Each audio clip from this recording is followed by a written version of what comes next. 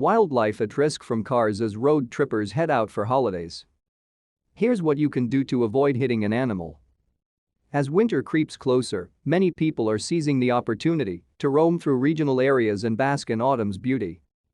But that means more cars on the roads, and that is often bad news for wildlife. Tania Leahy, founder of Northeast Victoria Animal Aid, says they're already flat out and they expect things to escalate throughout the busy school holiday period. More traffic means the likelihood of animals getting hit is a lot higher. It's people not concentrating too, she says. To stay up to date with latest top stories, make sure to subscribe to this YouTube channel by clicking the button above this video. I have 4 birds in care now. I've also got 2 possums and 2 joeys, but it changes very quickly. It can be full on. What you can do: avoid driving at dawn and dusk. Slow down if you see an animal crossing, as there may be more following. If you do hit an animal, pull over, put on your hazard lights, and call a wildlife shelter. Source: Northeast Victoria Animal Aid, Kangaloola Wildlife Shelter.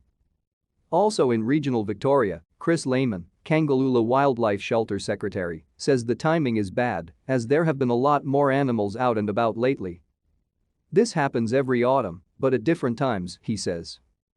The grass up in the bush or the hills has stopped replenishing. So animals are having to move out onto the plains, which means crossing roads, crossing human properties, crossing suburbs. When the food in the bush is not so good, they'll come out and encounter humans more. Slow down. Mr. Lehman says the best thing to do if you see an animal on the road is stop if safe to do so and give them a moment to get out of the fear and cross the road. But have you ever tried to do that on one of our roads? The trouble is our roads are dangerous places to go slowly.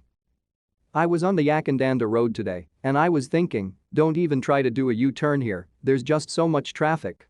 He says because of that, people should try to avoid driving at dawn and dusk, as it's the time a lot of animals, particularly kangaroos, are on the move.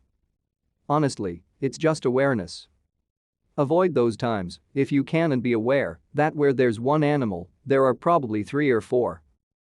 So, if you see one crossing the road right up ahead, slow down because there are probably 2 more following. Call for help. Ms. Leahy often gets phone calls or messages through the Northeast Victoria Animal Aid Facebook page about animals needing help.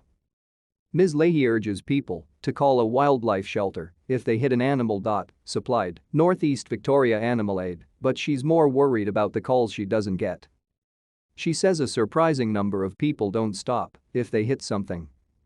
It happens all the time. They might hit a bird and just keep driving.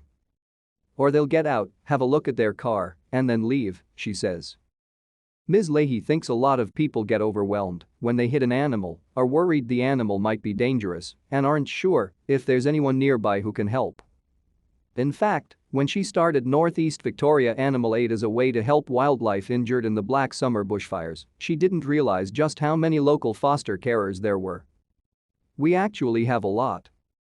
We support 70 wildlife shelters, and every shelter has about 3 foster carers, she says.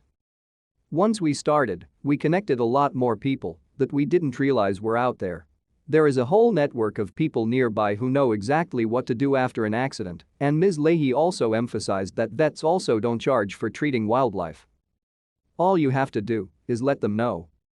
Pull off the side of the road, put on your hazard lights so other drivers know you're doing something, and then call your nearest wildlife shelter. That's a huge step.